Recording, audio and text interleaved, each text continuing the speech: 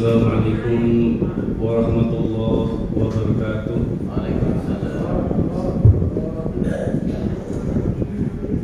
Alhamdulillahirabbil alamin wa bihi nasta'in ala umuri dunya waddin.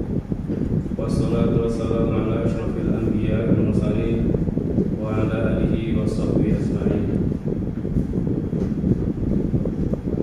Pertama, marilah kita banyak bersyukur kepada Allah Ta'ala yang telah memberi nikmat kepada kita semua. Alhamdulillah, pada pagi hari ini kita dapat berkumpul dalam rangka pembinaan mental. Salawat dan salam semoga selalu dilimpahkan kepada junjungan kita Nabi besar Muhammad sallallahu alaihi wasallam dengan bacaan Allahumma sholli ala sayyidina Muhammad.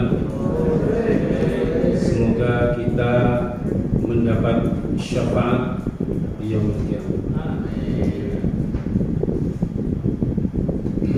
Bapak-bapak dan ibu warga besar Pengadilan Tinggi Agama Samarinda, dalam bintang ini saya hanya akan cerita tapi ada judulnya, yaitu penyesalan.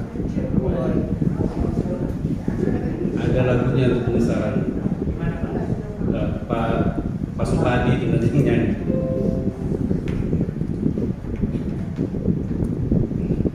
Jadi ada nanti saat-saatnya orang itu menyesal kenapa dia tidak melakukan kebaikan, kenapa dia tidak melakukan amal soleh di dunia. Dalam surat Al-Munafiqun ayat 9 dan 10, A'udzubillahi minasyaitonirrajim. Bismillahirrahmanirrahim. Ya ayyuhalladzina amanu la tulhikum amwalakum wa la auladakum an dzikrillah wa may yaf'al dzalika fa ulaika humul khasirun. Wahai orang-orang beriman, janganlah harta-hartamu dan anak-anakmu itu akan melalaikan dari ingat pada Allah. Dan barang siapa yang melakukan demikian itu, mereka adalah orang-orang yang merugi. Jadi ini mengingatkan kepada kita semua bahwa kita diberi rezeki Allah berupa harta, kita diberi rezeki berupa anak, itu jangan sampai melahirkan kita ingat kepada Allah. Dalam ayat selanjutnya, wa'anfiqu mimma razaqnakum min qabli an ya'tiya ahadukumul maut fa yaqulu rabbi law akhartani ila ajalin qarib wa saddaqa wa kum minas sholihin. Dan infakkanlah sebagian apa yang telah diberikan rezeki kepada kamu sekalian sebelum datang kamu dengan maut. Fa yaqulu rabbi laula akhartani. Maka mereka mengatakan, Rabbi, seandainya ajal itu bisa diakhirkan atau ditunda, fasaddaqu wa kum minas sholihin, niscaya saya akan bersedekah. Inilah penyesalan orang-orang di akhirat nanti.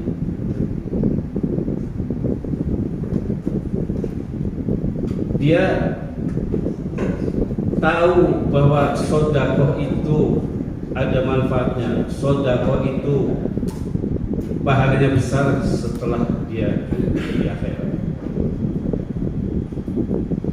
Dalam tafsir itu ma'ruzakna itu ada yang mengatakan zakat wajib. Jadi zakat atau sedekah yang lain.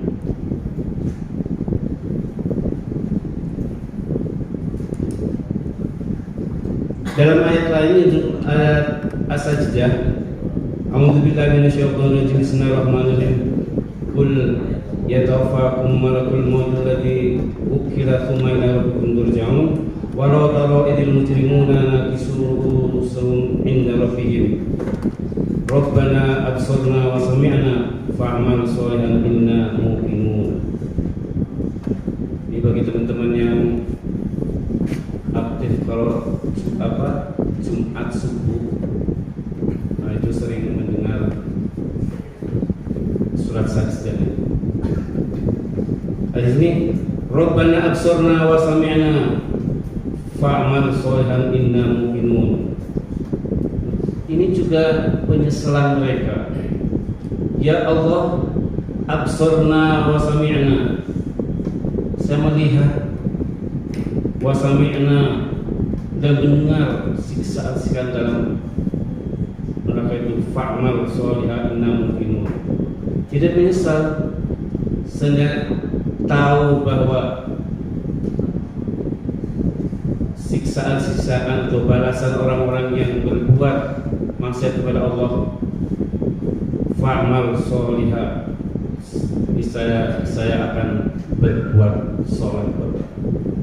Jadi marilah kita masih di dunia, apapun amalnya, baik sedekah maupun amal yang lain, sebelum kita muajanya kita berlomba-lombalah untuk berbuat baik.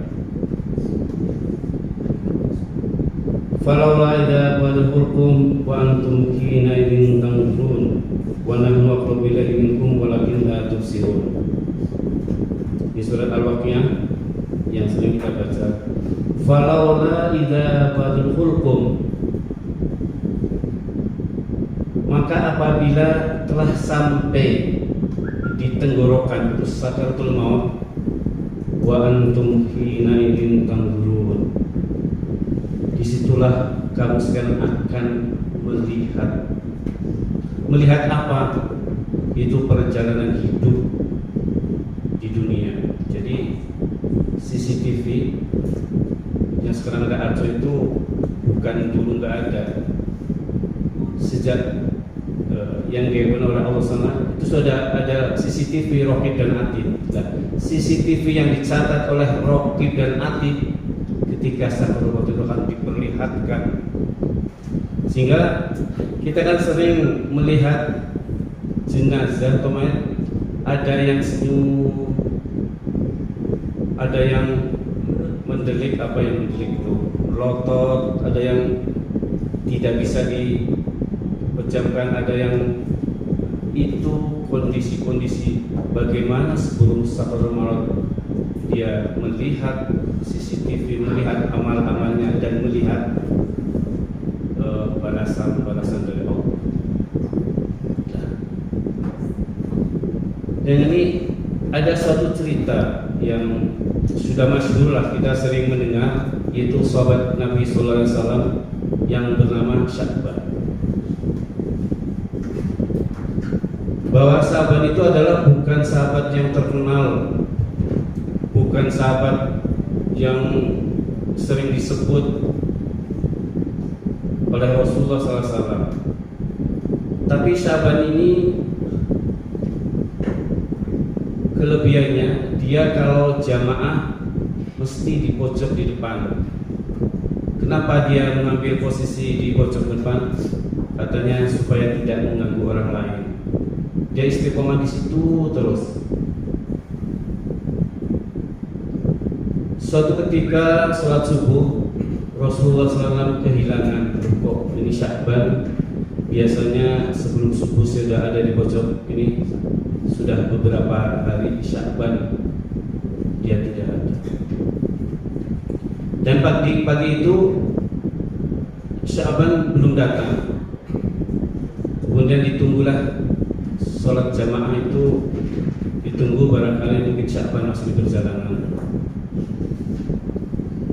Maka ditunggu sampai mau siang, waktu subuh mau habis, tapi belum datang juga. Akhirnya sholat jamaah subuh dilaksanakan. Setelah sholat subuh dilaksanakan, Rasulullah bertanya, adakah yang tahu kenapa Sya'ban tidak datang? Tidak tahu. Terus tanya lagi, apakah ada dari sahabat yang tahu alamatnya Sya'ban? Terus ada yang langsung, saya tahu ya Rasulullah, dia di sana alamatnya ditunjukkan. Kemudian setelah sahabat itu menunjukkan alamat Sya'ban, maka Rasulullah dengan sahabat dia datang ke rumah Sya'ban. Dalam hadis itu diceritakan bahwa perjalanan itu lebih dari 3 jam ke rumah Sya'ban. Setelah sampai ke rumahnya, Rasulullah salam di rumahnya Sya'ban, assalamualaikum. Kemudian istrinya menjawab waalaikumsalam. Terus Rasulullah nanya, mana Sya'ban kok pagi ini dia tidak sholat subuh? Kata istrinya, ya Rasulullah, tadi pagi Sya'ban meninggal dunia. Jadi terus Nabi menjawab, inna lillahi wa inna ilaihi raji'un, bahwa Sya'ban itu tidak sholat subuh karena dia meninggal dunia. Terus istrinya cerita, ya Rasulullah, sebelum dia meninggal, dia mengeluh atau menjerit 3 kali. Yang pertama, aduh, kenapa tidak lebih jauh? Yang kedua, aduh, dia mengeluh, kenapa tidak yang lebih bagus? Yang ketiga, aduh, kenapa tidak semuanya? Itulah sebelum, kata istrinya, sebelum dia meninggal waktu selamat, itulah yang diucapkan oleh Sya'ban. Kemudian Rasulullah SAW menjelaskan bahwa Sya'ban dia menyesal aduh. Yang pertama, lebih jauh. Kenapa tidak lebih jauh? Kata Rasulullah, Sya'ban itu telah melihat pahala balasan orang-orang yang menuju jamaah, terutama dia kalau sholat subuh. Kenapa tidak lebih jauh? Mungkin kata Sya'ban, kalau lebih jauh mungkin pahalanya lebih besar, mungkin pahalanya lebih, atau balasannya lebih indah sekali. Yang kedua, kenapa tidak lebih baik atau lebih bagus?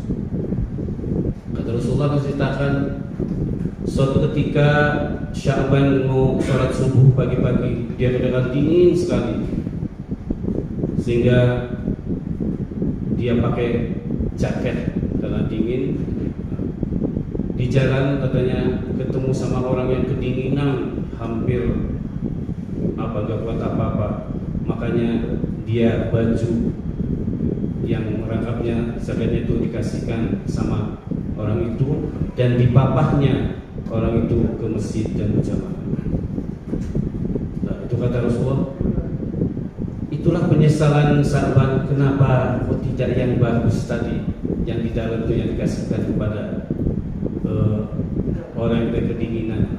Seandainya diberikan yang lebih bagus, maka balasan apa yang lebih bagus. Terus yang ketiga, kenapa tidak semuanya? Rasulullah ceritakan bahwa Sya'ban itu pernah pagi-pagi sarapan. Dia biasa kalau sarapan itu pakai susu dan roti. Jadi dalam cerita itu saya baca di Yaban, katanya rotinya dicelupkan di susu terus dimakan. Jadi bukan minum susu dulu lama terus baru makan susu.